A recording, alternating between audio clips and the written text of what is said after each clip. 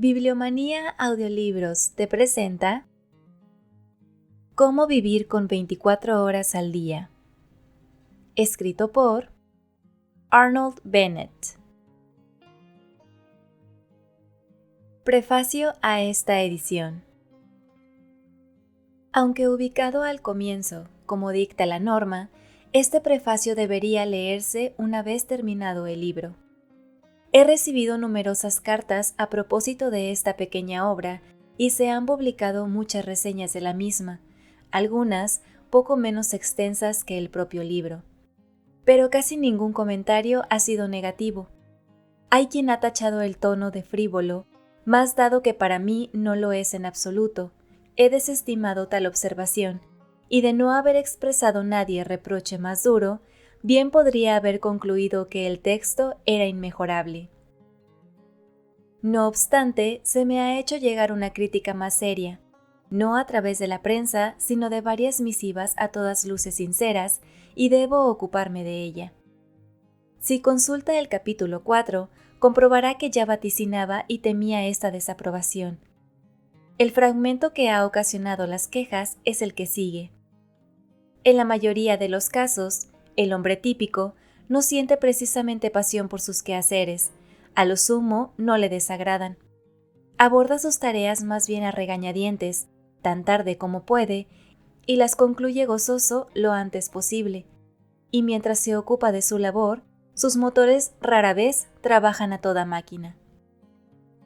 No me cabe duda, y lo afirmo con toda franqueza, de que hay muchos trabajadores, no solo aquellos en puestos de alto nivel o con buenas perspectivas de futuro, sino también humildes subalternos sin porvenir, que disfrutan con sus obligaciones, que no las eluden, que no llegan a la oficina tan tarde como pueden y la abandonan cuanto antes, que, en una palabra, ponen todo su nervio en el cometido diario y acaban de veras rendidos al final de la jornada. Estoy dispuesto a creerlo, de hecho lo creo, lo sé, siempre lo he sabido. Tanto en Londres como en provincias me tocó ocupar cargos subordinados durante largos años, y no se me escapó entonces el hecho de que una parte de mis colegas manifestaba lo bien que podría llamarse un entusiasmo veraz por sus funciones, y que mientras se aplicaban a ellas, en verdad vivían con todo su ser.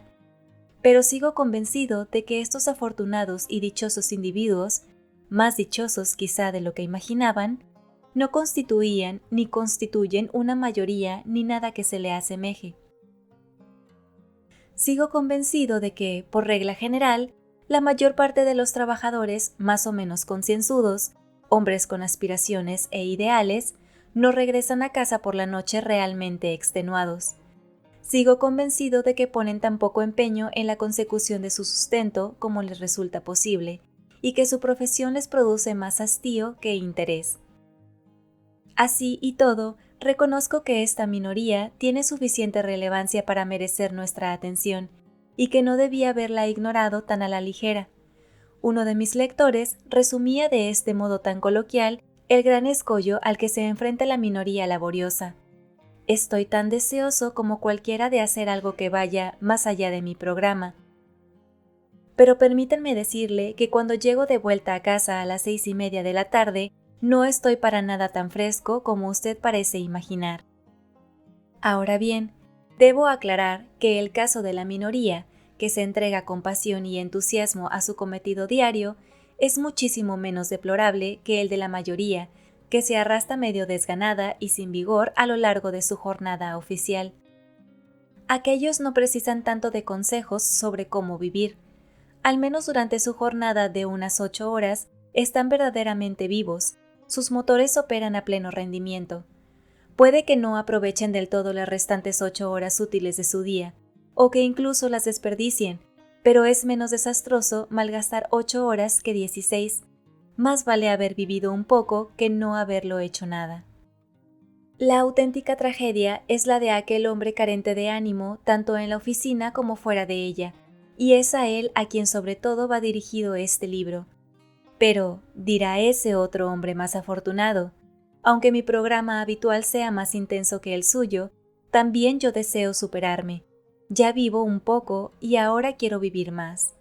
pero de ninguna manera podría soportar una segunda jornada de trabajo encima de la oficial. Lo cierto es que debería haber adivinado la necesidad de otorgar mayor atención a quienes ya tenían algún interés en su existencia. Nadie exige más a la vida que quien la ha saboreado ya, y a nadie cuesta más despertar que a quien nunca se levanta de la cama. Bien, supongamos que usted, el de la minoría, trabaja con tal ahínco para ganarse el pan, que no se ve capaz de llevar a la práctica todas las sugerencias recogidas en las siguientes páginas. No obstante, quizás sí algunas. Admito que tal vez no pueda aprovechar el trayecto de vuelta a casa por la noche, pero la recomendación de hacerlo con el de la ida a la oficina por la mañana no es menos válida en su caso. Y ese intervalo semanal de 40 horas que va del sábado al lunes es tan suyo como de cualquier otro hombre, por mucho que algo de fatiga acumulada le pueda impedir explotarlo al máximo. Nos queda, pues, la significativa porción de 3 o más noches a la semana. Me asegura usted categóricamente que por la noche está demasiado cansado para hacer nada que se salga de su programa, y con la misma rotundidad le replico yo que si su jornada de trabajo habitual es agobiante a tal extremo, entonces su vida padece un desequilibrio que debe corregirse. Ninguna jornada laboral debería acaparar todas las energías de un hombre. ¿Qué hacer, pues? Lo más sencillo es recurrir a una triquiñuela para guardarse de ese fervor suyo por el trabajo. Aplique ese ímpetu a algo más allá de su programa antes de hacerlo en el programa mismo, no después. En resumidas cuentas, madrugue más. Me dice usted que no puede. Me dice que le es imposible acostarse más temprano. Hacerlo incomodaría al resto de la familia. Bien, yo no creo que sea imposible irse antes a la cama. Creo que si persevera en su empeño por madrugar más, y dado que la consecuencia natural de esto es la falta de sueño, a no mucho tardar encontrará el modo de acostarse antes. Aún así, tengo la sensación de que el resultado de madrugar más no será ninguna falta de sueño. Mi opinión, cada vez más firme, es que el descanso no deja de ser en buena medida una cuestión de hábitos y de pereza. Estoy seguro de que la mayoría de la gente duerme tanto porque no se le ocurre ningún otro pasatiempo mejor. ¿De cuántas horas de sueño cree que disfruta ese hombre de aspecto saludable que a diario atraviesa con estruendo su calle al volante de una furgoneta de Carter Patterson? He buscado el parecer de un médico a este respecto. Se trata de un profesional que durante 25 años ha dirigido un importante consultorio en una próspera zona residencial a las afueras de Londres, habitada por personas del mismo tipo que usted y yo. Es un hombre seco, y seca fue su respuesta.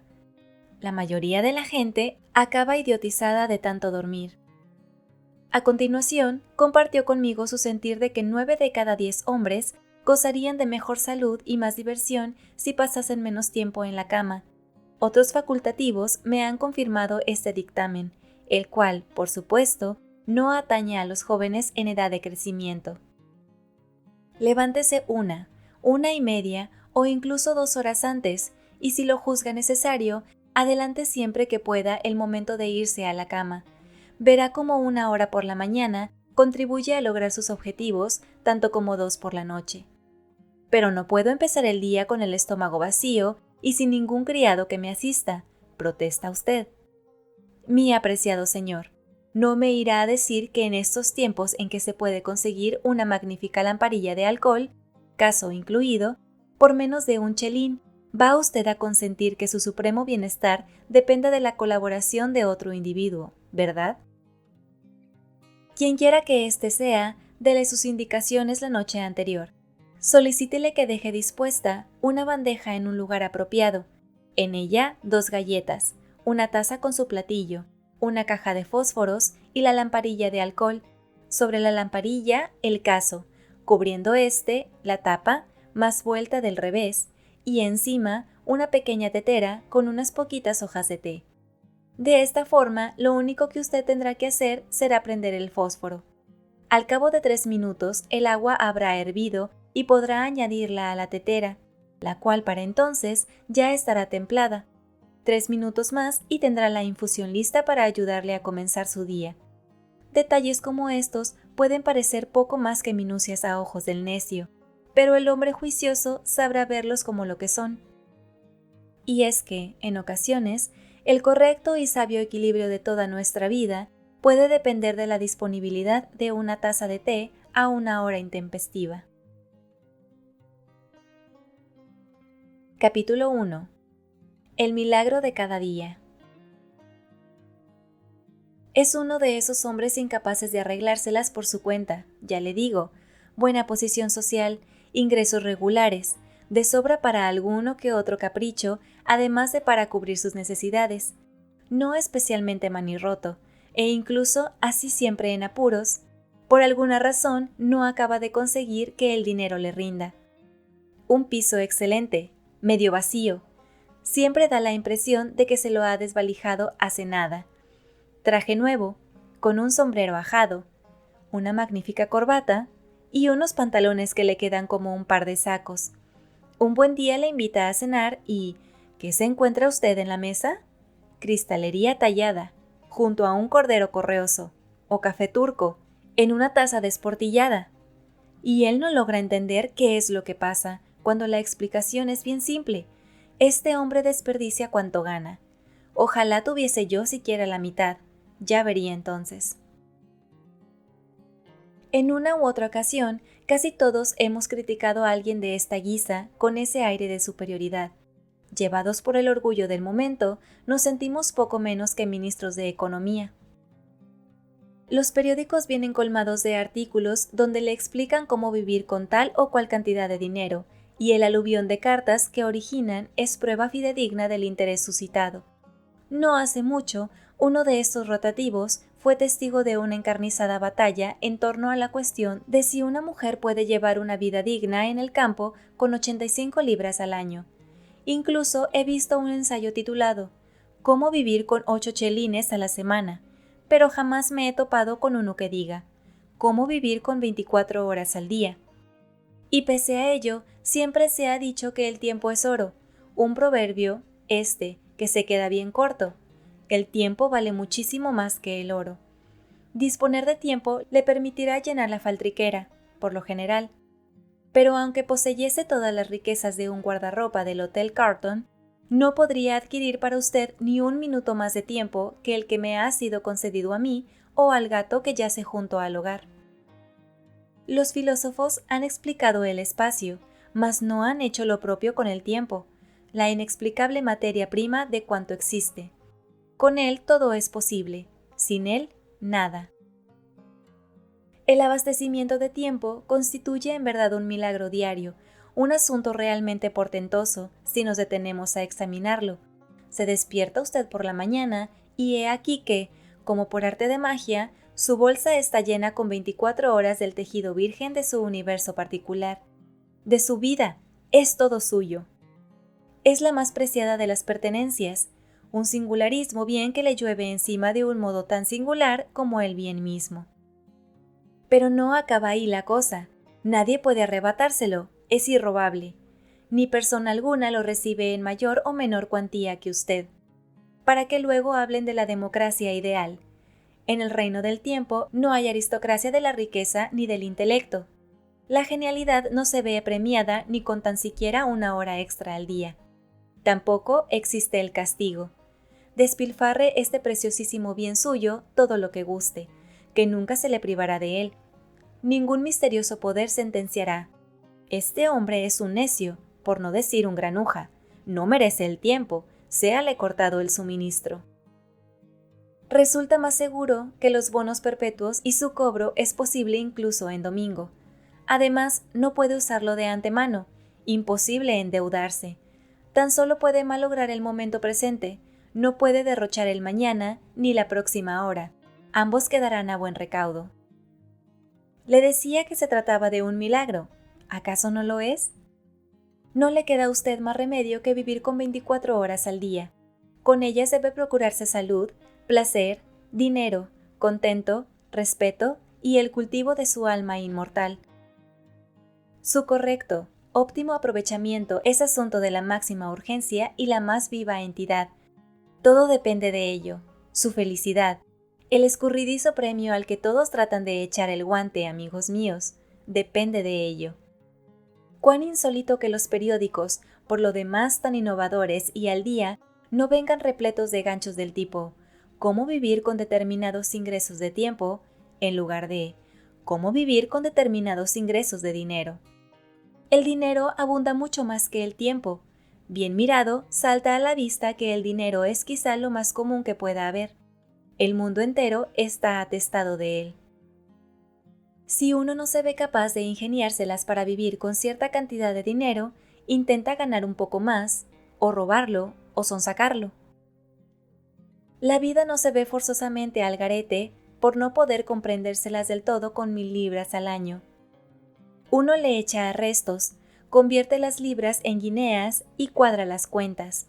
Pero si no puede apañárselas con unos ingresos de 24 horas al día para cubrir todas las oportunas partidas de gasto temporal, entonces sí que está metido en un buen lío. La provisión de tiempo, si bien es de una regularidad gloriosa, está cruelmente racionada. ¿Quién de nosotros vive con 24 horas al día? Y cuando digo vive, no me refiero a subsiste ni a va tirando. ¿Quién de nosotros no tiene la desosegante impresión de ser víctima de un perpetuo desfalco horario? ¿Quién de nosotros podía jurar que su exquisito traje no está coronado por un sombrero infame, o que por prestar atención a la vajilla no ha descuidado la calidad del alimento? ¿Quién de nosotros no se dice a sí mismo, mejor dicho, quién de nosotros no lleva toda la vida diciéndose, ¿tengo que solucionar esto en cuanto tenga algo más de tiempo? Jamás tendremos más tiempo. Tenemos y siempre hemos tenido todo el tiempo que hay. La comprensión de esta trascendente y olvidada verdad, que dicho sea, no pretendo haber descubierto, es lo que me ha animado a abordar el minucioso estudio práctico del uso cotidiano del tiempo. Capítulo 2. El deseo de superación. Pero, ¿a qué viene eso de las 24 horas al día? Me interpelará quizá alguien, haciendo gala de ese refinado desdén inglés por los circunloquios. A mí no me supone ningún ahogo vivir con 24 horas al día. Me bastan para hacer todo cuanto quiero, y hasta encuentro tiempo para participar en los sorteos que organizan los periódicos. Cuando se sabe que el día no contiene más que 24 horas, tampoco cuesta tanto darse por satisfecho con esa cantidad. Caballero, le ruego acepte mis disculpas. Es usted, ni más ni menos, el hombre que durante 40 años he estado deseando conocer. ¿Sería tan amable de facilitarme su nombre y señas, así como el precio por revelarme su secreto? Es usted quien debería estar ilustrándome a mí y no al revés. Por favor, no se esconda. Mi desgracia es que todavía no se hayan cruzado nuestros caminos, puesto que de su existencia no me cabe duda. Con todo y mientras aguardo el día de nuestro encuentro, permítame que prosiga este coloquio con mis compañeros de infortunios, esa inconmensurable congregación de almas angustiadas, con mayor o menor pena, por la sensación de que los años se les escapan y escapan y escapan sin que hayan logrado aún poner orden en sus vidas. Si analizamos dicha sensación, comprobaremos que, en esencia, se trata de una de inquietud, de expectación, de anhelo, de apetencia. Es fuente de constantes desvelos, pues devora todos y cada uno de nuestros deleites como un esqueleto en un festín. Vamos al teatro y reímos, pero durante los entreactos adivinamos su dedo enjuto apuntando contra nosotros. Salimos a toda prisa para no perder el último tren, y mientras nos congelamos en el andén en su espera, este eterno acompañante pasea sus huesos a nuestro lado y nos interroga. «Oh, pobre diablo, ¿qué habéis hecho con vuestra mocedad? ¿Qué estáis haciendo con el tiempo que os ha sido dado?» Podría argumentar usted que esa sensación de anhelo, de apetencia, no es sino parte inseparable de la propia vida. Cierto, pero también en esto hay matices. Quizás un hombre desee ir a la Meca, su conciencia le conmina a ponerse en marcha, y así partirá, sea con la ayuda de la agencia Cook o por su cuenta y riesgo. Tal vez nunca alcance su destino. Puede que perezca ahogado antes mismo de llegar a Puerto Saíd, que encuentre su aciago final frente a las costas del Mar Rojo. ¿Acaso su afán permanezca frustrado por siempre y esta aspiración malograda prive de sosiego a su espíritu? Y aún así, su tormento nada tendrá que ver con el de aquel hombre que, deseoso de visitar la Meca, acostado por el ansia de encaminarse allí, jamás abandona Brixton. Ya es algo haber abandonado Brixton. La mayoría nunca lo hemos hecho. Ni siquiera nos hemos molestado en tomar un taxi hasta Ludgate Circus para informarnos en la agencia Cook sobre el precio de un viaje organizado. Y la excusa que nos ofrecemos a nosotros mismos es que el día tan solo tiene 24 horas. Creo que si examinamos más a fondo esta apetencia imprecisa y mortificante, descubriremos que brota de una idea firmemente asentada. Es nuestro deber hacer algo además de todo aquello que, por lealtad y principios, ya estamos forzados a hacer. Tenemos la obligación, expresa o no, de velar por nuestra propia salud y bienestar, sin olvidar lo de nuestras posibles familias, de saldar nuestras deudas, de ahorrar y de acrecentar nuestra prosperidad con la mejora de nuestra eficiencia. Empresa bien ardua. Empresa de la que muy pocos de nosotros salimos victoriosos. Empresa que a menudo nos viene demasiado grande. Y pese a ello, incluso si nuestros esfuerzos dan sus frutos, como a veces ocurre, no acabamos de sentirnos satisfechos. El esqueleto sigue ahí. Y hasta cuando comprendemos que la empresa nos viene grande, que excede nuestras facultades, de algún modo intuimos que nuestra aflicción no sería tanta en caso de sobrecargarnos con aún una faena más. Tal es nuestra naturaleza. La pretensión de alcanzar algo más allá del programa oficial es común a todos los hombres que, con el transcurso del tiempo, han evolucionado por encima de cierto nivel. Mientras no luchemos por saciar ese deseo, la sensación de angustiosa espera por algo que no llega a ocurrir seguirá perturbando la paz de nuestro espíritu. Dicho anhelo ha sido apodado de muchas formas. Es una manifestación de la universal avidez de conocimientos y tan poderoso como para que hombres que han dedicado su vida entera a la incesante adquisición de saberes se sientan empujados a rebasar los límites de su agenda en busca de más y más. Incluso Herbert Spencer, en mi opinión, el más privilegiado cerebro que jamás haya existido, se veía con frecuencia arrastrado por él a deliciosos remansos para la indagación. Me figuro que para la mayoría de la gente consciente de su deseo de vivir, en otras palabras, gente con curiosidad intelectual, este afán por superarse cristaliza en forma de gusto por las letras. Les agradaría embarcarse en un programa de lectura. Sin lugar a dudas, Gran Bretaña se está volviendo cada vez más literaria. Empero, querría advertir que la literatura no engloba la totalidad del saber humano, ni mucho menos, y que la acuciante sed de mejora personal, de ampliación de conocimientos, bien se puede aplacar sin recurrir a ella. Más adelante trataré los diversos remedios para dicha sed. Aquí simplemente quiero recalcar a aquellos que no sientan una predilección natural por la literatura, que esta no es el único pozo del que beber. Capítulo 3. Precauciones antes de empezar. Ahora que he logrado convencerlo, o al menos eso espero, para que admita en su fuero interno que en todo momento siente las punzadas de esa insatisfacción reprimida por la forma en que organiza su jornada, y que el motivo principal de esta molesta insatisfacción es la sospecha de que no pasa un día sin que deje pendiente algo que querría hacer, y que, cierto es, siempre espera poder hacer en cuanto tenga más tiempo.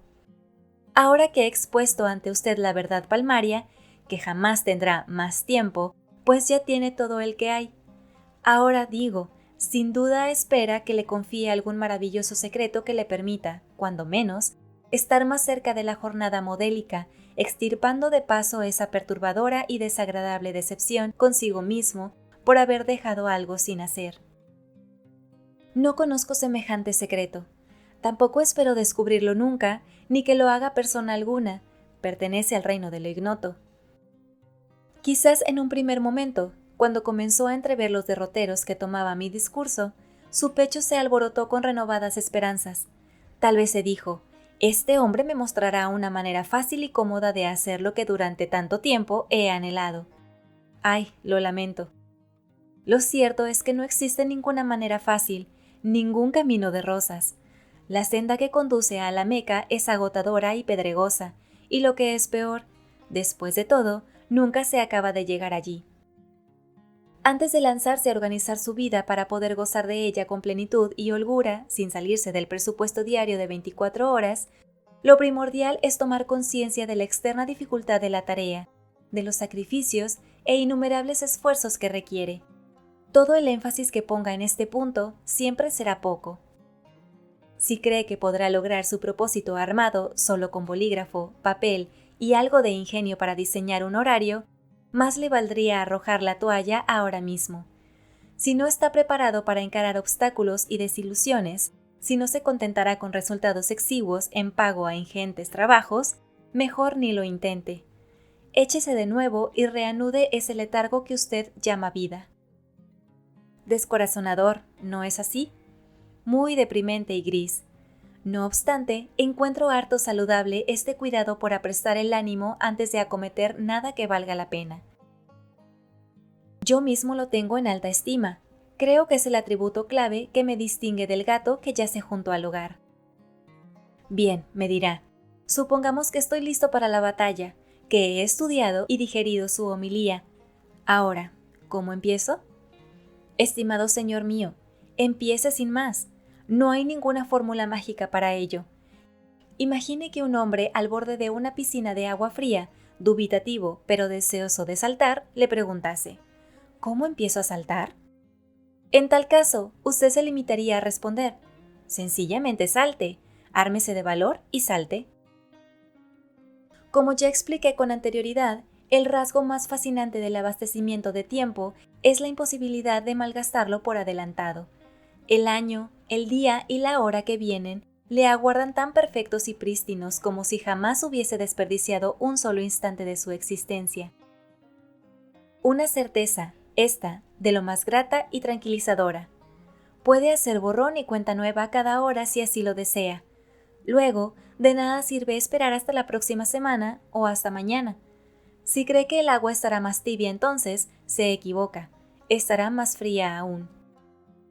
Pero antes de ponerse en marcha, permíteme compartir con usted unas breves palabras de advertencia. En particular, deje que le prevenga contra su propio ardor, el cual puede resultar engañoso y traicionero cuando se trata de hacer el bien. Le suplicará algo en lo que afanarse, pero no debe satisfacerlo de inmediato, pues siempre quiere más y más. Está ansioso por mover montañas y desviar el curso de los ríos. No se da por satisfecho hasta que ha sudado, y entonces, con demasiada frecuencia, nada más sentir como las primeras gotas asoman a su frente, comienza a perder fuelle hasta extinguirse por completo, sin siquiera tomarse la molestia de decir: ya me he cansado de todo esto. Así pues, no pretenda abarcar demasiado al principio, conténtese con solo un poco. Deje cierto margen para imprevistos, para la naturaleza humana, en especial la suya. Algún fracaso que otro no tendría mayor trascendencia de no ser por la pérdida de autoestima y confianza en uno mismo que conlleva. Pero así como el éxito llama al éxito, así el fracaso llama al fracaso. Más gente ha encontrado su rutina por culpa de una ambición desmedida que por cualquier otro motivo.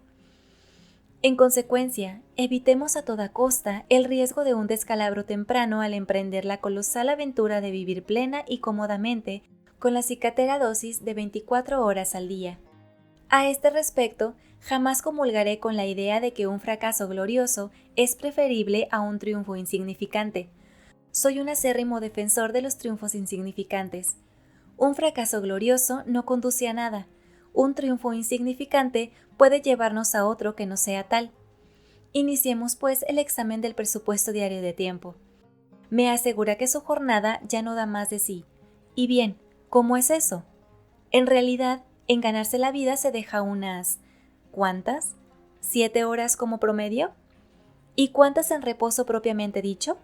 ¿Otras 7? Seré generoso y añadiré un par más. Y ahora le desafío a que, sin pararse a buscar excusas, me rinda usted cuentas por las 8 horas restantes. Capítulo 4.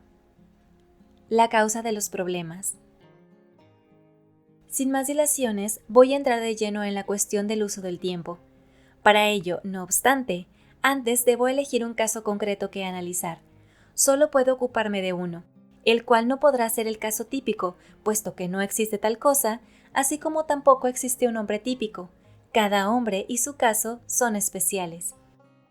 Pero si me fijo en un oficinista londinense con una jornada laboral de 10 a 6, que gasta 50 minutos por la mañana y otros tantos por la noche para ir de la puerta de su casa a la de la oficina y viceversa, creo que tendré lo más parecido que haya al caso típico.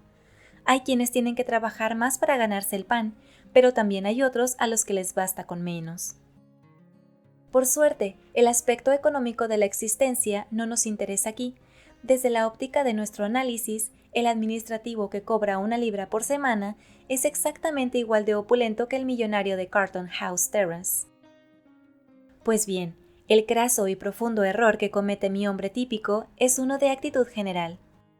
Uno que menoscaba y debilita 2/3 de su vigor e intereses.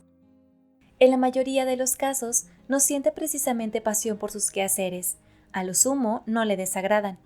Aborda sus tareas más bien a regañadientes, tan tarde como puede, y las concluye gozoso lo antes posible. Y mientras se ocupa de su labor, sus motores rara vez trabajan a toda máquina. Sé que algunos lectores indignados me acusarán de vilipendiar al trabajador urbano. Sin embargo, estoy más que familiarizado con el carácter de la City, así que mantengo lo dicho. Pese a todo esto, nuestro hombre se empeña en contemplar esas horas entre las 10 y las 6 como el día, con respecto al cual las 10 horas anteriores y las 6 posteriores no son más que prólogo y epílogo. Esta actitud, por muy inconsciente que sea, aniquila por fuerza todo interés en esas 16 horas sobrantes, de tal modo que, incluso si no las desaprovecha, tampoco las incluye en su cómputo. A sus ojos no son más que mero margen. Esta forma de razonar es del todo ilógica y malsana, ya que abiertamente pone el mayor énfasis en una fracción de tiempo y un puñado de actividades que este hombre nada más aspira a sobrellevar y despachar. Y si alguien subordina 2/3 de su existencia al tercio restante, por el cual él mismo reconoce que no siente ningún entusiasmo febril, ¿cómo espera gozar de una vida plena? Sencillamente no puede. Si mi hombre típico desea exprimir al máximo su presencia en este mundo, antes tiene que organizar en su cabeza un día dentro del día. Y este día interno, como una caja china dentro de otra mayor, debe empezar a las 6 de la tarde y terminar a las 10 de la mañana. Se trata de un día de 16 horas, durante las cuales su único menester es el cultivo del cuerpo, el alma y el vínculo con el prójimo. Durante esas 16 horas es libre, no es un asalariado, no lo carcomen las preocupaciones económicas, es tan pudiente como aquel que vive de rentas. Tal debe ser su actitud, y su actitud es la clave. Su éxito en esta vida, algo mucho más importante que cualquier patrimonio por el que sus albaceas tengan que pagar el impuesto de sucesiones, depende de ello. Como dice, que volcar todas nuestras energías en esas 16 horas mermará el valor de las 8 de trabajo. Para nada. Bien al contrario, lo incrementará. Una de las verdades cardinales que mi hombre típico ha de aprender es que la mente es capaz de grandes esfuerzos sostenidos, no se fatiga como un brazo o una pierna. Lo único que pide no es reposo, salvo durante el sueño, sino variedad. Examinaré ahora la manera en que el hombre típico utiliza actualmente esas 16 horas que son suyas y de nadie más, y lo haré comenzando por el momento en que se yergue. Me limitaré a destacar ciertas cosas que hace y de las que yo creo que debería abstenerse, y guardaré para más adelante mis propuestas sobre cómo repoblar esas horas, que ya habré dejado despejadas, igual que un colono que abre claros en un bosque. Para ser justos, debo admitir que despilfarra muy poco tiempo antes de salir de casa a las 9:10. En muchos hogares, este hombre se levanta a las 9, desayuna entre las 9:07 y las 9:09 y 30 segundos, y entonces sale escopetado. Pero no bien cierra la puerta de golpe, su mente, fresca como está, entra en dique seco. Camina hacia la estación en estado comatoso. Una vez allí, lo normal es que tenga que esperar por el tren. Cada mañana, en cientos de estaciones de la periferia, se puede ver a hombres paseando con calma por los andenes, mientras las empresas ferroviarias le roban descaradamente su tiempo, más valioso que el dinero. Cientos de miles de horas se malogran de esta forma todos los días, por la sencilla razón de que mi hombre típico presta tan poca atención al tiempo que jamás se le ha pasado por la cabeza tomar algunas simples precauciones contra su eventual pérdida. Cada día este hombre dispone de una moneda de tiempo, maciza e indivisible, a la que llamaremos soberano. Para cubrir sus gastos, antes necesita obtener cambio, una operación de la que poco le preocupa salir esquilmado. Imagine que al venderle el billete de tren la compañía le dijese: «Vale, le cambiamos su soberano, pero eso tiene una comisión de penique y medio». ¿Que no?, exclamaría entonces mi hombre típico indignado. Pues bien, esto es en esencia lo que hace la empresa cuando le arrebata 5 minutos 2 veces al día.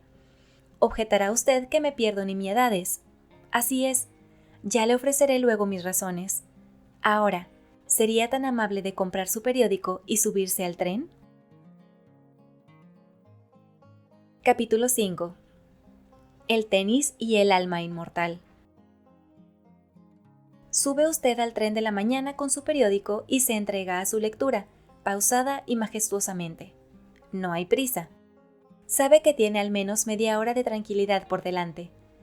Mientras sus ojos se entretienen con los anuncios de navieras y discografías de las páginas exteriores, su aire es el de un hombre ocioso, con tiempo a raudales, un hombre proveniente de algún planeta donde los días duran 124 horas en lugar de 24. Soy un ávido devorador de prensa. Leo con asiduidad 5 diarios ingleses, mas no franceses, y solo los kiosqueros saben cuántos seminarios. Me siento en la obligación de mencionar este detalle personal, no sea que se me acuse de albergar prejuicios contra los periódicos por decir que desapruebo su lectura en el tren de la mañana. Los periódicos se escriben con presteza para ser leídos con presteza. No tienen cabida en mi programa diario. Yo los leo, ciertamente, pero cuando puedo, en los ratos libres. No obstante, me repugna la sola idea de sacrificar por ellos 30 o 40 minutos seguidos de maravillosa soledad, pues en ninguna parte puede uno darse mejor a la introspección que en un compartimento lleno de varones que fuman, silenciosos y retraídos. De ninguna manera consentiré que derroche valiosas perlas de tiempo con semejante prodigalidad oriental. No es usted el Shah del tiempo. Con el debido respeto, permíteme recordarle que su día no es más largo que el mío, así que ni hablar de periódicos en el tren. Acabo de ahorrarle unos 3/4 de hora.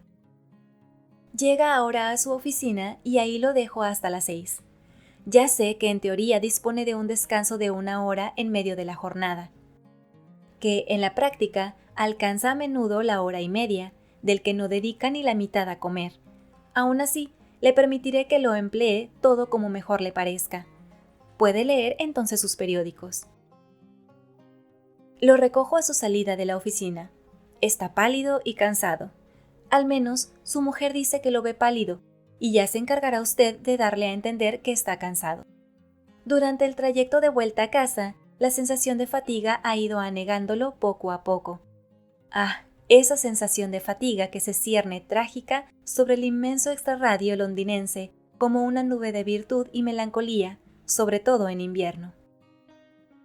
No cena en cuanto llega a casa, pero al cabo de más o menos 1 hora se le abre el apetito y decide meterse algo en el cuerpo.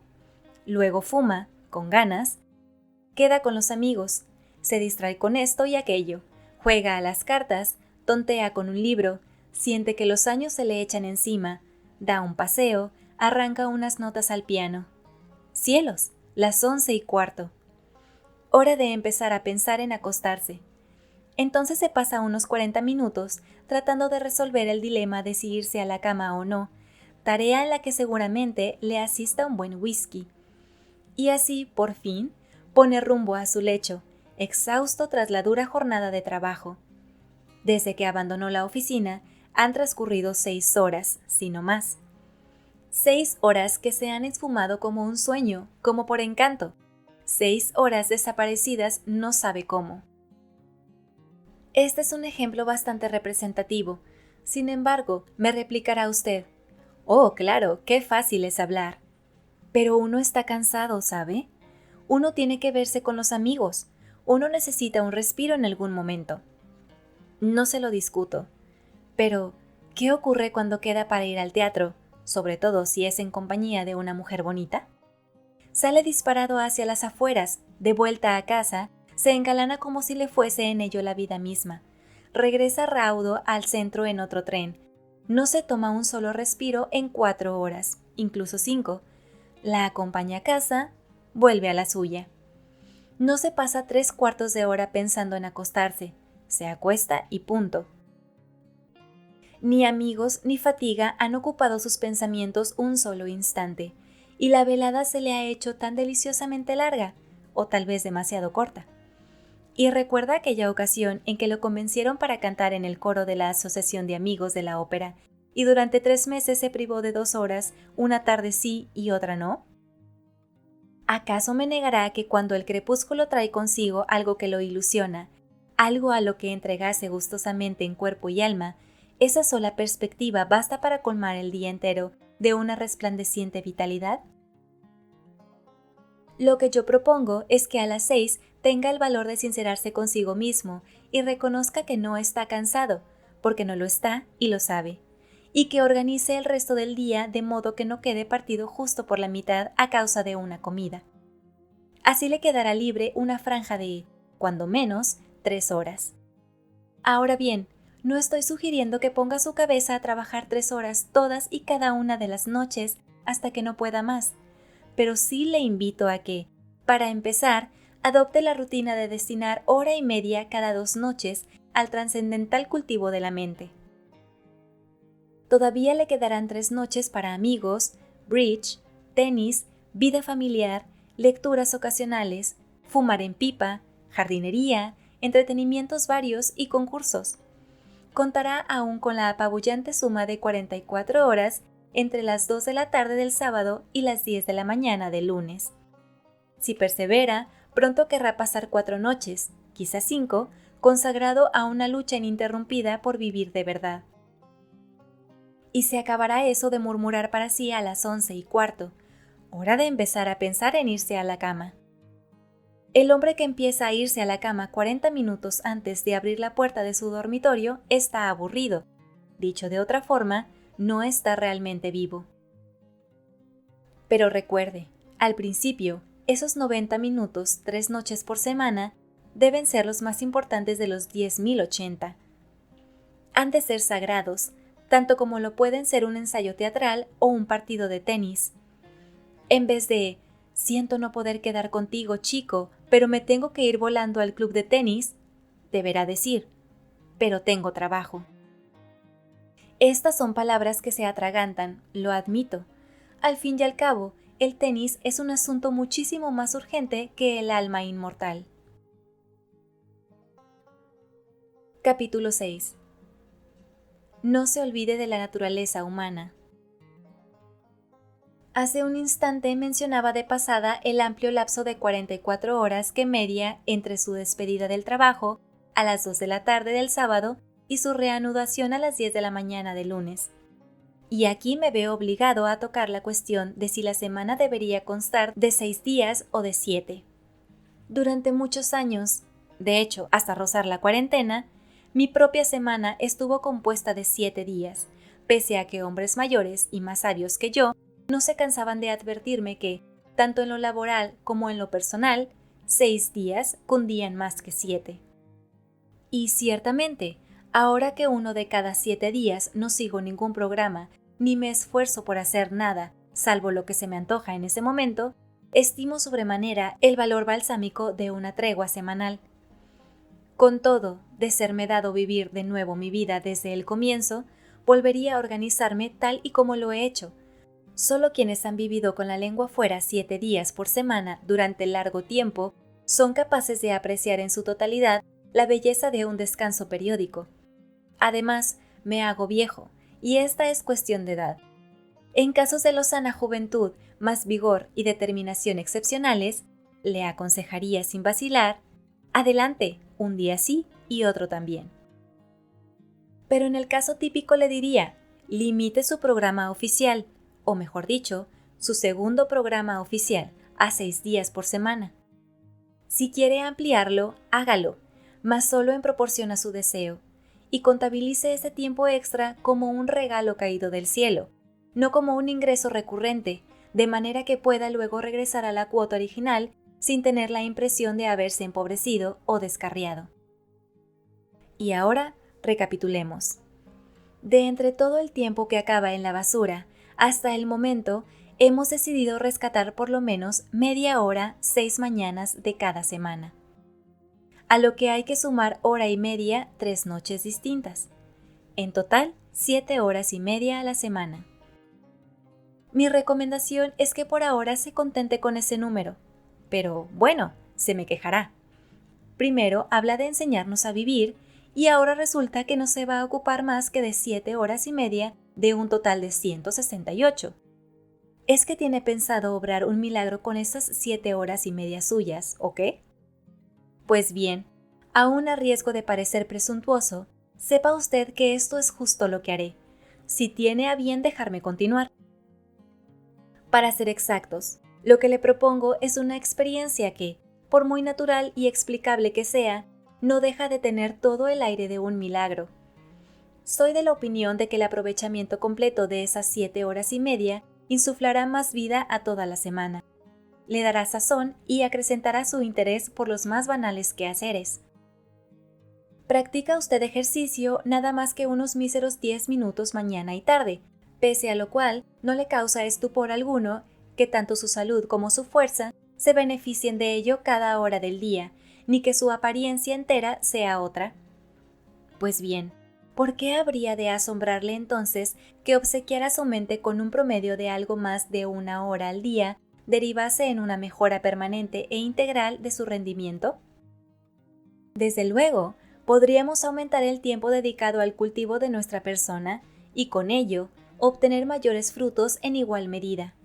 Mas yo abogo por comenzar con lo que no semeja más que un esfuerzo nimio. No es en absoluto un asunto tan nimio, sin embargo, como al final descubrirán quienes todavía no lo han intentado. Cuesta lo suyo despejar siquiera 7 horas y media en la jungla semanal, pues algo así entraña sacrificios.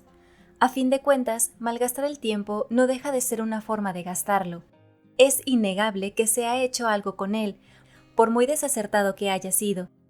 Hacer otra cosa, cualquiera, supone una mudanza de costumbres, y las costumbres son tercas como mulas. Además, no hay cambio que no lleve a aparejados inconvenientes y trastornos, incluso cuando es para mejor. Está en un error si cree que será capaz de invertir 7 horas y media cada semana en un proyecto serio e ininterrumpido sin renunciar a su anterior vida. Le repito que necesitará cierta disposición al sacrificio y una voluntad de hierro. Y es justo por eso, porque sé lo difícil que resulta y conozco las consecuencias casi fatales del fracaso en una empresa de esta índole, que le aconsejo encarecidamente no excederse en sus inicios. Pase lo que pase, debe salvaguardar su amor propio. Todo propósito se cimienta en ese amor propio, que quedará herido de gravedad al descalabrarse un plan cuidadosamente trazado. Ergo, itero y reitero, empiece con calma, sin ostentaciones. Primero céntrese en proporcionar 7 horas y media de vivificante gimnasia a su espíritu todas las semanas durante 3 meses, y ya luego tendrá tiempo de echar las campanas al vuelo y fantasear con las proezas de las que es capaz. Para terminar, y antes de pasar a describir el método de empleo de las citadas horas, querría hacerle una última sugerencia en lo tocante a sus noches. Calcule mucho más de hora y media para despachar el trabajo de hora y media. No se olvide de las contingencias, de la naturaleza humana, y resérvese de las 21 horas a las 23:30 para su tarea de 90 minutos. Capítulo 7. El control de la mente. Se oye decir por ahí, nadie es dueño de sus pensamientos. Pero vaya si no. El dominio de la máquina pensante es perfectamente posible, y puesto que en realidad nada acontece si no es dentro de nuestra propia cabeza, Dado que nada nos lastima o nos es grato salvo en su interior, salta a la vista la extrema importancia de poder controlar lo que ocurre en esa misteriosa cesera. Esta opinión es una de las más viejas pero grulladas, lo cual no quita que la mayoría de las personas viva y muera sin llegar a comprender su enorme e imperiosa significación. La gente se queja de su incapacidad para concentrarse, sin caer en la cuenta de que está en sus manos lograrlo, y sin capacidad de concentración, esto es, sin el poder para regir nuestra mente y asegurarnos su obediencia, no es posible vivir de verdad. El control de la mente constituye el pilar básico de una vida plena.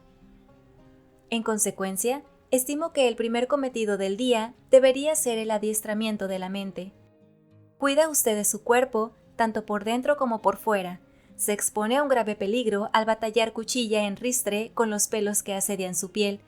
Se sirve de toda una legión de auxiliares, desde el lechero al matarife, para poder sobornar a su estómago y que se comporte como es debido. ¿Por qué no prestar entonces un poco de atención a la mucho más delicada maquinaria de la mente, sobre todo cuando ello no precisará ninguna ayuda externa? Es para esta parcela de arte y oficio de vivir que he reservado el tiempo que va desde que sale por la puerta de su casa hasta que llega a la oficina. ¿Cómo? ¿Pero es que voy a tener que cultivar mi mente en la calle, en el andén, en el tren y de nuevo en una calle abarrotada? Exacto. No hay cosa más simple. Nada de trebejos. Por no necesitar, no necesita ni un libro. Y pese a ello, no es esta faena liviana. Al salir de casa, pruebe a concentrar su mente en una única cuestión. En este primer momento, tanto da cual sea. Ya verá cómo no ha dado ni 10 pasos antes de descubrir que la muy pilla se ha escabullido ante sus propios ojos y ya anda flirteando por ahí con otro tema. Tráigala de vuelta por el pescuezo. Antes de llegar a la estación, habrá tenido que repetir el proceso unas 40 veces. ¡Ánimo, no se rinda! Siga así y lo conseguirá. Es imposible que fracase si persevera. Resulta absurdo pretender que la mente es incapaz de concentrarse. ¿No se acuerda de aquella mañana en que recibió una turbadora carta que exigía una contestación muy meditada? ¿Recuerda cómo mantuvo su cabeza bregando sin pausa con ese asunto hasta llegar a la oficina y cómo, acto seguido, tomó asiento y se puso a redactar su respuesta?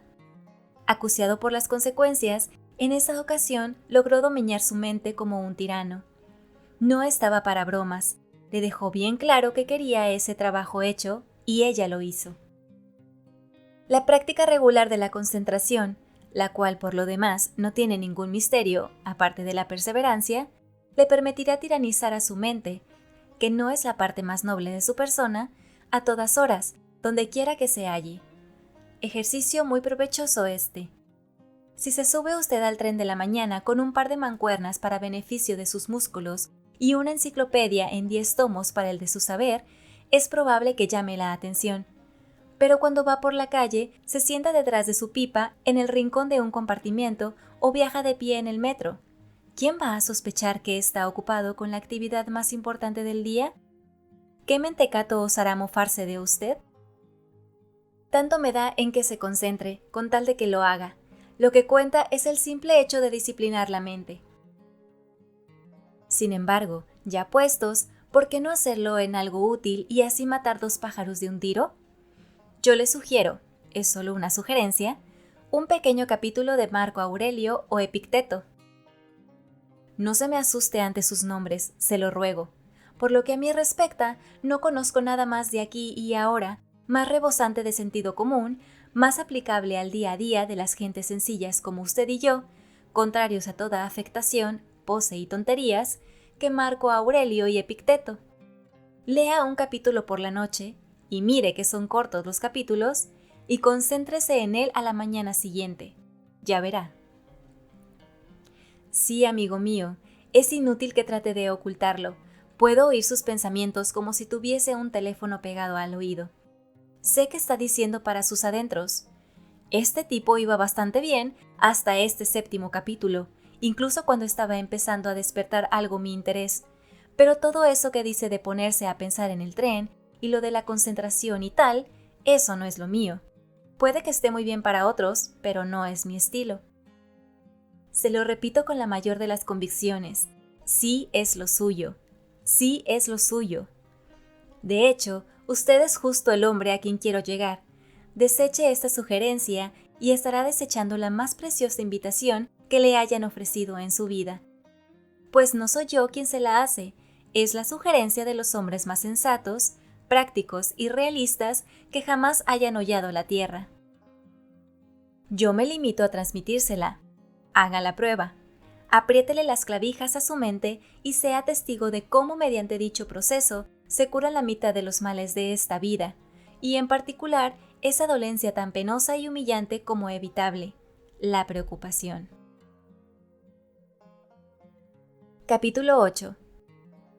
La actitud meditativa.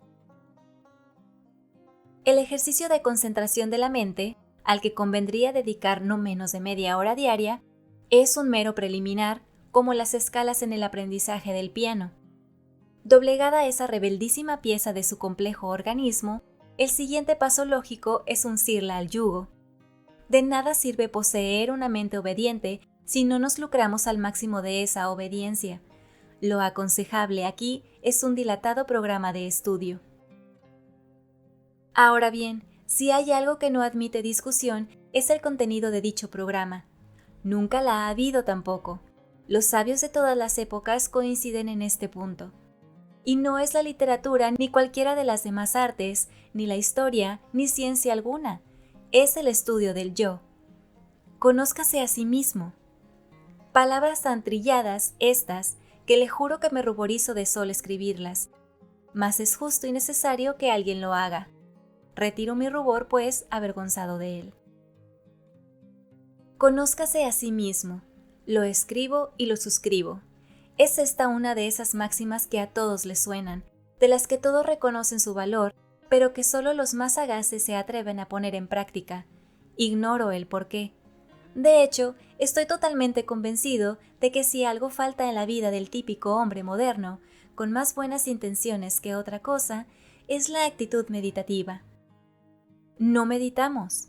No sobre cuestiones realmente importantes, quiero decir, sobre el problema de nuestra felicidad, sobre el rumbo que llevamos, sobre lo que nuestra vida está dando de sí, sobre el influjo que la razón ejerce, o no, en la configuración de nuestros actos, o sobre la relación entre nuestros principios y nuestra conducta. Pese a lo cual, también usted anda en pos de la felicidad, ¿no es cierto? Y bien, ¿la ha encontrado ya? Lo más probable es que no. Lo más probable es que ya haya llegado a la conclusión de que se trata de algo inalcanzable, pero hombres ha habido antes de usted que la han conseguido, y lo han hecho al comprender que la felicidad no proviene del goce de los placeres de la carne o el intelecto, sino del perfeccionamiento de la razón y la armonía entre principios y actos. Supongo que no tendrá la osadía de negarme esto. Aunque, por otra parte, tampoco le da reparo admitir que en todo el día no desatina ni un solo pensamiento serio a su razón, ni a sus principios, ni a su conducta.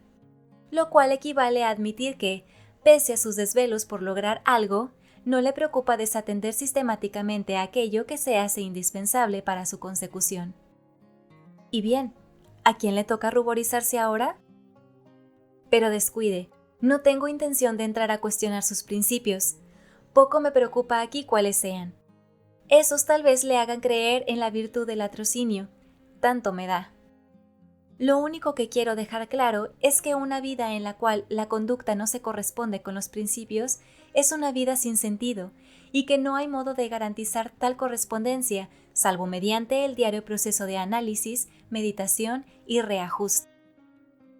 La causa de la eterna pesadumbre del ladrón radica en sus principios básicos, opuestos al robo. Si de veras estuviese convencido de la excelencia moral del mismo, una condena a trabajos forzados solo podría significar para él años y años de dicha. Todos los mártires son felices, pues su conducta y sus principios van de la mano.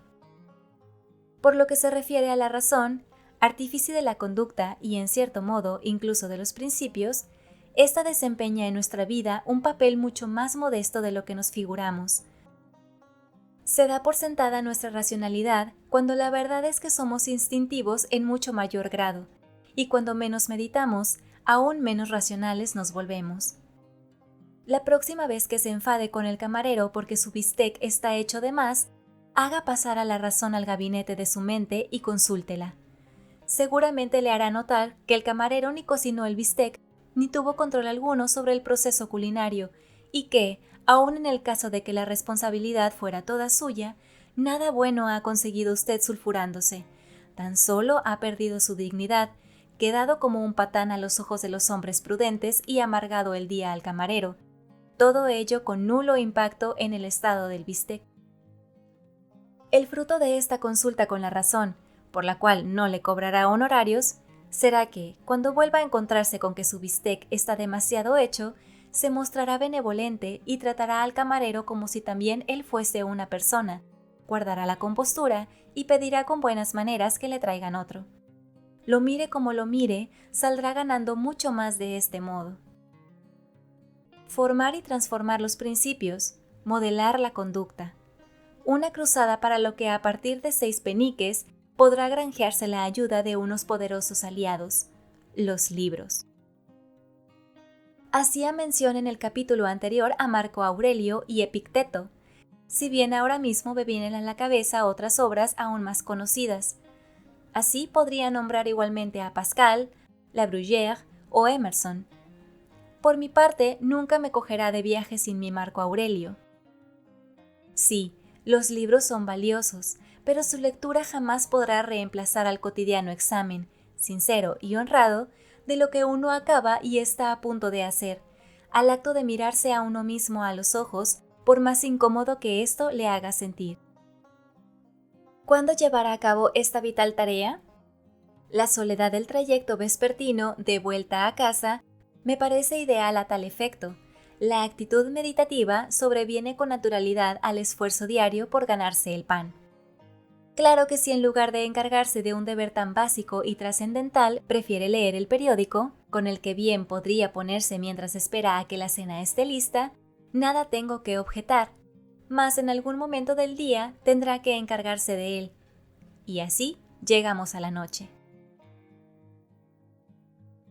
Capítulo 9. El interés por las artes.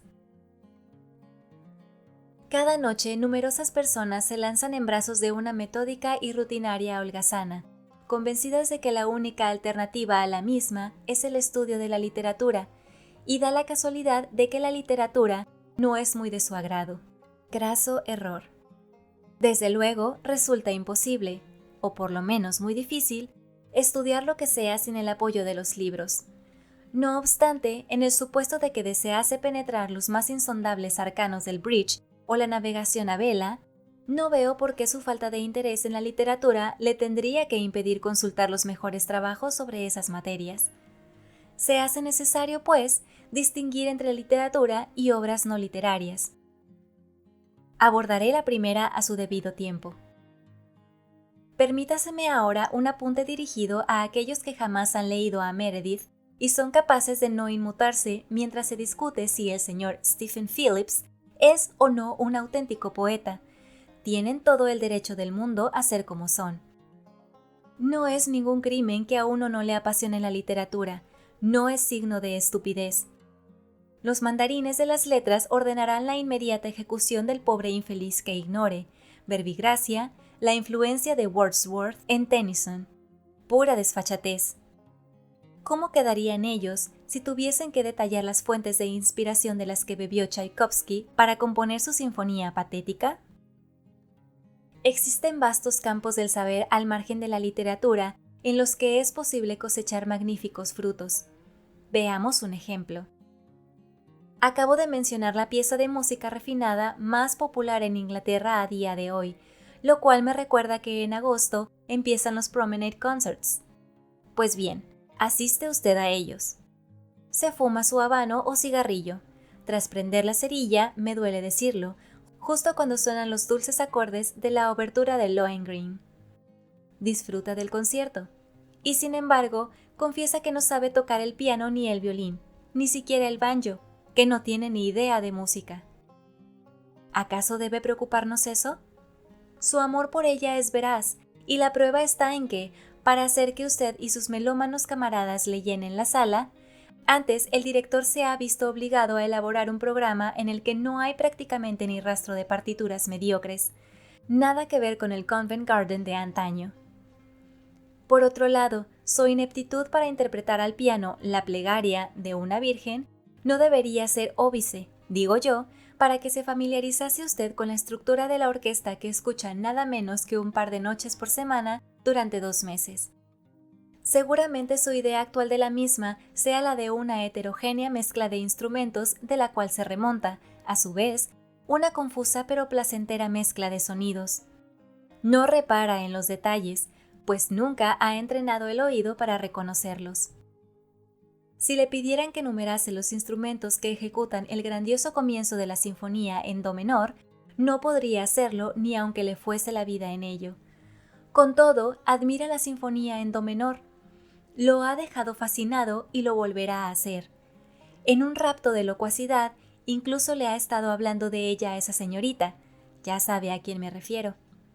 Y aún así, lo único que puede afirmar con seguridad al respecto es que la compuso Beethoven y está requete bien. Pero, ¿qué pasaría si se leyese, por ejemplo, Cómo escuchar música, del señor Krehbiel, disponible en cualquier librería, por menos de lo que cuesta una butaca de patio en el Alhambra y enriquecido con fotografías de todos los instrumentos de una orquesta y esquemas de su disposición? En tal caso, la próxima vez que asistiera a uno de esos conciertos, lo haría con un grado de interés inédito. La orquesta habría dejado de parecer una mezcla confusa para desvelársele como lo que es, un ente vivo admirablemente equilibrado en el que cada uno de los diversos grupos cumple una función única e imprescindible. Escudriñaría el escenario a la caza de los distintos instrumentos e intentaría captar sus respectivos sonidos. Se percataría de la abismal diferencia que hay entre un corno francés y uno inglés, y comprendería por qué un oboísta cobra más que un violinista, aun cuando el violín es más difícil de tocar. Viviría el concierto, mientras que antes simplemente lo presenciaba en un estado de beatífico coma, igual que un bebé encandilado con un objeto brillante. Sería posible sentar las bases de un sólido conocimiento musical digno de tal calificativo. Así podría especializarse en una forma musical concreta, como la sinfonía, por ejemplo, o en la producción de cierto compositor. Tómese estas 3 breves sesiones nocturnas de cada semana, repítese 48 semanas al año y combínense con el estudio de programas musicales y la asistencia a conciertos, especialmente seleccionados gracias a su creciente saber. De este modo, al cabo de ese tiempo, realmente sabría algo de música, aunque siguiera siendo igual de inconcebible verlo aporrear la plegaria de una virgen en un teclado. Pero es que yo detesto la música, me comunica. Caballero, lo respeto. Lo que vale para la música, vale también para las demás artes. Ahí tiene Cómo contemplar un cuadro del señor Clermont Witt, o Cómo apreciar la arquitectura del señor Russell Sturgis. Cualquiera de ellos incluye todo lo necesario para convertirse en el germen, y nada más que el germen, de una comprensión sistemática de otras artes que alumbrará su existencia con una nueva luz, y para cuyo estudio no le faltarán materiales en Londres. Pero es que yo odio todas las artes, se excusa usted. Caballero, cada vez lo respeto más y más. Me encargaré de su caso a continuación, antes de pasar a la literatura. Capítulo 10. Nada en esta vida es tedioso. El arte es algo sublime, empero no es lo más sublime. De todas las experiencias, no hay ninguna más importante que la continua percepción de la causalidad, en otras palabras, la percepción del sempiterno devenir del universo, o por cambiar una vez más de palabras, la percepción del curso de la evolución. Cuando se ha tomado plena conciencia de esta verdad mayúscula, que nada es porque sí, se gana no solo el entendimiento, sino también en compasión. A nadie le hace gracia que le roben el reloj, pero entonces uno recapacita y se da cuenta de que el ladrón del mismo acabó siéndolo por una serie de factores hereditarios y ambientales tan interesantes como científicamente explicables. Y así es como se va a comprar otro reloj, si no brincando de júbilo, al menos sí con una filosofía que hace imposible guardarle rencor. Mediante el examen de la ley de la causalidad, nos libramos de ese aire ridículo propio de tantos que solo saben reaccionar con pasmo y consternación ante los avatares de la vida. Tales individuos viven rodeados por la naturaleza humana como si ésta fuese una tierra extranjera plagada de costumbres foráneas de lo más fastidiosas. Pero que alguien pueda llegar a adulto y sentirse todavía un extraño en su misma patria, menuda vergüenza. No obstante, el estudio de este principio se demuestra aún más fructífero y, si por un lado hace más llevaderas las miserias de este mundo, por otro también le añade color. El hombre, para quien la evolución no es más que una palabra, contempla el mar como un imponente y monótono espectáculo, a su alcance en agosto por 3 chelines el billete de ida y vuelta en tercera. Por el contrario, aquel que ha asimilado el concepto del devenir, del constante ciclo de causa y efecto, descubre en el mar un elemento que, en el calendario geológico, hace un par de días era vapor, ayer bullía y mañana está condenado a helarse. Comprende que un líquido es simplemente algo que va camino de convertirse en sólido y la cambiante naturaleza de la vida se le revela en toda su gloria. Nada proporciona deleite más duradero que la afinada constatación de esta realidad. Es el fin de toda ciencia. La ley de la causalidad se deja ver por doquier. Me entero de que los alquileres han subido en Shepherd's Bush. ¡Ay, qué lástima que los alquileres hayan subido en Shepherd's Bush! ¡Qué catástrofe! Sin embargo, en cierta medida, todos somos estudiosos de la causalidad, y no hubo un solo oficinista de los que almuerzan en un Lyons que no atara cabos y adivinase en él, otrora, billete de metro a 2 peniques el motivo de una excesiva demanda de conejeras en Shepherd's Bush, y en esa excesiva demanda la cual del encarecimiento de las conejeras. Eso era de cajón, comentará displicente. Mi querido señor, todo es de cajón. Hasta el complejo mecanismo cósmico resulta igual de simple, cuando se consiguen atar suficientes cabos. Y a la mejor da la casualidad de que es usted un agente inmobiliario y que aborrece el arte en cualquiera de sus formas, y que desea nutrir su alma inmortal, y que no tiene ningún interés en su trabajo por ser éste horriblemente tedioso. Caballero, nada es tedioso. También en una agencia inmobiliaria se manifiesta la arrolladora y fugaz extravagancia de la vida. Mire qué cosas. En Oxford Street se dan frecuentes embotellamientos. Para evitarlos, la gente comienza a viajar, literalmente, por debajo de sótanos y alcantarillas, y la consecuencia es un alza del precio de la vivienda en Shepherd's Bush. Y me dice que eso no es curioso. Supongamos que, siguiendo esta misma línea, apartarse hora y media cada 2 noches para analizar la cuestión de los inmuebles en Londres, ¿no dotaría con ello a su oficio de una nueva dimensión, transformando de paso toda su vida? En su progresar esclarecería enigmas aún más desconcertantes, con que podría explicarnos por qué, de resultas de la causalidad, la calle recta más larga de Londres mide algo así como un par de pasos, mientras que en París se prolonga hasta perderse en la distancia. Por cierto, convendrá conmigo en que al tomar el ejemplo del agente inmobiliario, no he buscado justo uno que favorezca especialmente mis teorías. Digamos ahora que trabaja en un banco. ¿No ha leído Lombard Street, esa hechizante novela disfrazada de tratado serio que publicó Walter Bagehot? ¡Ay, buen hombre! Si hubiese empezado por ahí y ahondado en el tema con esos 90 minutos en noches alternas, con qué embeleso se volvería hacia su profesión y cuánto más inteligible encontraría la naturaleza humana.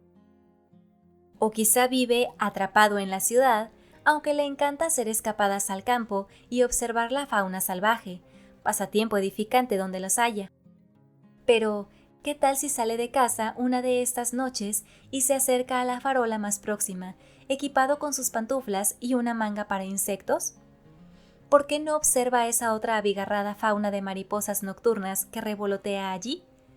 ¿Y qué me dice de sistematizar el conocimiento así adquirido para sacar algo en limpio y lograr al fin saber algo sobre algo? No hace falta ser un devoto del arte o la literatura para vivir con plenitud. Ahí mismo tiene la abultada esfera de las situaciones y hábitos cotidianos, lista para satisfacer esa curiosidad inherente a la propia vida y plantar así la semilla de un espíritu comprensivo. Le había prometido atender su caso, oh caballero desafecto a las artes y las letras, y atendido lo he. Es momento ahora de que me ocupe del de esa otra persona, por fortuna muy común, a la que sí le gusta leer. Capítulo 11. Las lecturas serias. Las novelas no entran en la categoría de lecturas serias, por lo que quien tuviese pensado avanzar por la senda de la superación personal, enfrascándose en el estudio de la obra de Charles Dickens durante 90 minutos, 3 veces por semana, ya puede ir alternando sus planes. Y no porque las novelas no sean serias, algunas de las más hermosas joyas de la literatura universal corresponden a la narrativa, sino porque las malas habrían que rehuirlas y las buenas apenas requieren esfuerzo mental por parte del lector. Son solo los pasajes malos de las novelas de Meredith los que se resisten. En cambio, una buena novela lo impele página tras página cual barquichuela arrastrada por un torrente, y cuando llega al final lo hace jadeante, quizá, mas no exánime. Las mejores novelas son siempre las menos fatigosas. Ahora bien, uno de los requisitos clave para el cultivo de la mente es justo esa sensación de fatiga, de apuro, de estar ante una tarea que una parte de nosotros se muere por culminar, mientras que otra solo ansía eludir, y esa sensación no la produce ninguna novela. Nadie se remanga para leer Ana Karenina. Por consiguiente, si bien es recomendable que lea novelas, no debería utilizar esos 90 minutos con tal fin. La poesía imaginativa resulta mucho más exigente en comparación. Es tal vez el más exigente de todos los géneros literarios y sin duda el más excelso. Ningún otro depara placer más inmaculado ni sabiduría más auténtica. En una palabra, no tiene parangón. Y digo esto con no poca amargura, sabedor de lo arrinconado que se halla. Estoy seguro de que muchas personas de mérito, puestas a escoger entre leer El paraíso perdido o ir a Trafalgar Square al mediodía con sayal de penitente y dar la vuelta a la plaza de rodillas, antes se inclinarían por el bochorno público, y pese a todo, nunca dejaré de exhortar a amigos y enemigos por igual a anteponer la poesía a cualquier otra lectura. Si usted es uno de esos que confunden la lírica con la cábala, pruebe a abrir boca con el afamado ensayo de Hazlitt sobre la naturaleza de la poesía en general. No encontrará otro mejor en lengua inglesa, y nadie podrá seguir pensando después de leerlo que la poesía es una suerte de tortura medieval, o un elefante enfurecido, o un arma que fijo se va a disparar sola de buenas a primeras para acabar con todo aquel que pille por delante. Es más, me cuesta concebir que alguien sea capaz de leer el escrito de Hazlitt sin que le invada la apremiante necesidad de engullir unas cuantas estrofas antes de la siguiente comida. En caso de que la lectura del ensayo le despierte el apetito, le sugiero un poco de poesía puramente narrativa como entrante. Hay cierta novela inglesa que acaso no haya pasado por sus manos, escrita por una mujer e infinitamente superior a cualquier cosa salida de la pluma de George Eliot, las hermanas Brontë o incluso Jane Austen. Se titula Aurora Leigh y su autora es E. B. Browning. Casualidades de la vida está redactada en verso y contiene una cantidad considerable de la mejor poesía. Tome la firme resolución de leer ese libro de principio a fin, así sea lo último que haga. No piense en que es poesía de primera clase, léalo simplemente por la historia en sí y las ideas sociales que refleja. Y cuando haya terminado, pregúntese si todavía puede afirmar en conciencia que le desagrada la poesía. Conozco a más de uno que se había convencido de ello, y para quien Aurora Leigh ha sido justo lo que le ha quitado la venda de los ojos. Por supuesto, si su veredicto después del escarceo con Hazlitt y el subsiguiente experimento literario es que definitivamente la poesía y usted no fueron hechos la una para el otro. Puede contentarse con la historia o la filosofía. Lo lamentaré, sí, pero tampoco se me caerá el alma a los pies.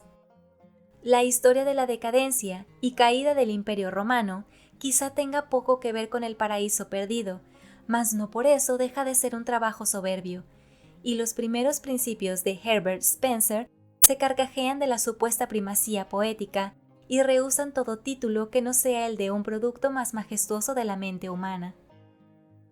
No quiero decir, claro, que cualquiera de estas obras sea apta para aquellos poco habituados a los esfuerzos mentales.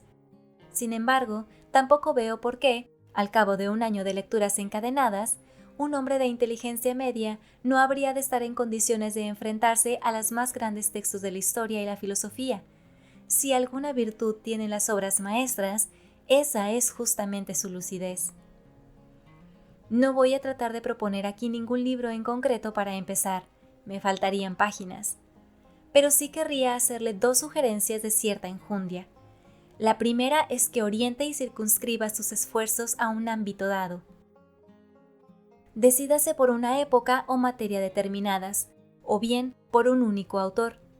Dígase a sí mismo: voy a aprender algo sobre la Revolución Francesa, o sobre el desarrollo del ferrocarril, o sobre la obra de John Keats. Y entonces, durante un tiempo prefijado, focalice todo su tesón en el tema elegido. Ser un especialista ofrece muchas satisfacciones. La segunda sugerencia es que, además de leer, piense. Conozco algunos que leen y leen sin parar y que, para lo que les presta, lo mismo podrían pasarse las horas montando patatas. Son el tipo de hombres que se dan a la lectura igual que otros mejores se dan a la bebida. No peregrinan por la campiña literaria, la atraviesan en coche como una exhalación, preocupados solo por avanzar. Desearán informarle de cuántos libros se han tragado en un año. No obstante, la realidad es que a menos que dedique 45 minutos a reflexionar detenida y trabajosamente sobre lo que está leyendo, y eso al principio es un verdadero suplicio, sus 90 minutos nocturnos se habrán quedado en agua de borrajas. Esto significa que su ritmo será necesariamente lento. No pasa nada. Olvídese de la meta, concéntrese solo en el paisaje circundante, y al cabo de un rato, tal vez cuando menos se lo espere, descubrirá que sus pasos lo han llevado hasta un coqueto pueblecito en lo alto de una colina. Capítulo 12. Peligros que deberá sortear. No quisiera poner punto final a este listado de consejos, en muchos casos demasiados paternalistas y categóricos, me temo, acerca del completo aprovechamiento del tiempo con el noble propósito de vivir, que no vegetar, sin referirme antes brevemente a ciertos peligros que acechan a quien abriga esta sincera aspiración. El primero de ellos es el grave riesgo de acabar convertido en la más odiosa e insufrible de todas las criaturas, Don Perfecto. Don Perfecto es un impertinente que se las da de sabio. Don Perfecto es un pertinente que ha salido a dar un paseo con mucha pompa y boato, sin reparar en que ha perdido una importante pieza de su vestimenta, el sentido del humor. Don Perfecto es un pelma que, habiendo hecho un hallazgo, ha quedado tan deslumbrado por él que es capaz de tomarla con el resto del mundo por no compartir su éxtasis. Es fácil convertirse en Don Perfecto sin buscarlo, y las consecuencias son funestas.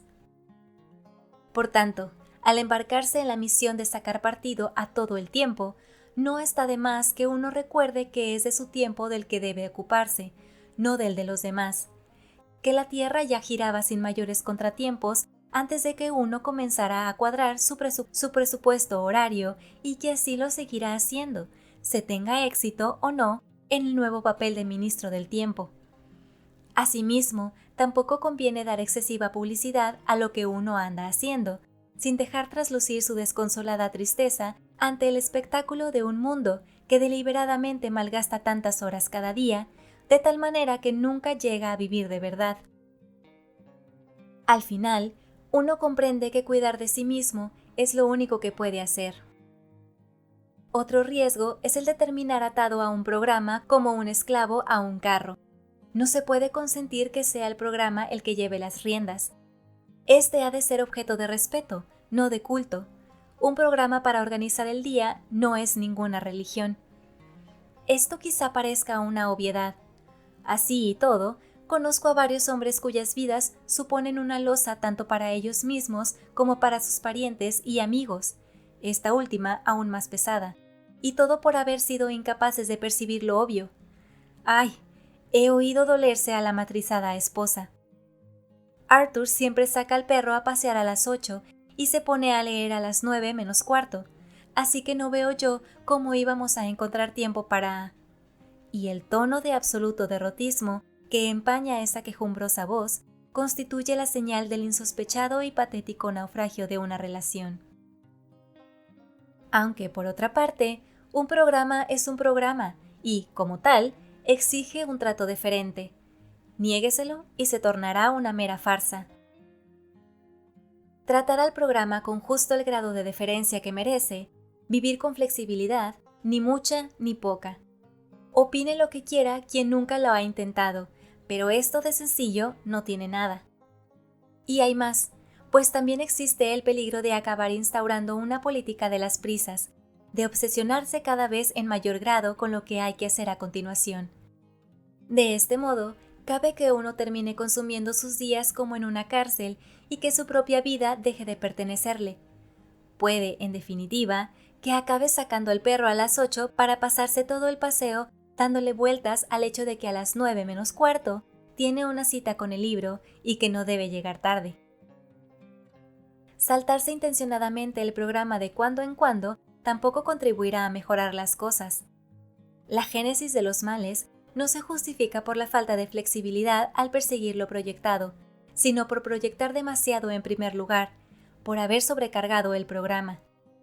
La única solución pasa entonces por una reforma que lo aligere. Mas los esfuerzos por saciar la sed de conocimiento solo consiguen agudizarla, y así hay hombres que llegan a coger el gusto a esa sensación de perenne furor por lo que se traen entre manos. De ello cabe decir que un perenne furor siempre es preferible a un sopor sin fin. En cualquier caso, si se comprueba que el programa tiende a resultar opresivo, pero no se desea modificarlo, un excelente paliativo consiste en pasar de una actividad a otra con escandalosa parsimonia, por ejemplo, regalándose 5 minutos de completa quietud mental entre el momento en que se ata al San Bernardo y se abre el libro. En resumidas cuentas, desaprovechando 5 minutos con la absoluta certidumbre de estar haciéndolo. El último y principal peligro que querría señalar es uno al que ya he hecho alusión, el de fracasar al inicio mismo de su andadura. No me cansaré de subrayarlo. Un fiasco en este punto puede fácilmente cegar de raíz el incipiente afán por alcanzar las máximas cotas de vitalidad, de modo que toda preocupación siempre será poca. En ninguna circunstancia se debe abusar de ese afán. Que el ritmo de sus progresos en esta primera etapa sea el que haya de ser, incluso uno desesperadamente lento, procure, eso sí, que se caracterice por la mayor regularidad posible. Y una vez haya resuelto llevar a cabo una determinada tarea, hágalo, por más latosa o desagradable que llegue a ser. Pocas cosas disparan tanto la confianza en uno mismo como la feliz culminación de una empresa difícil. Solo un consejo más antes de concluir. Al definir por primera vez sus quehaceres para esas horas de la noche, permita que sean únicamente sus gustos e inclinación natural los que lo guíen. Está muy bien ser una enciclopedia de filosofía con patas, pero si resulta que lo que le atrae a usted no es eso, sino la ciencia del pregón de los vendedores ambulantes, mucho mejor será que deje estar la filosofía y se ponga con los pregones.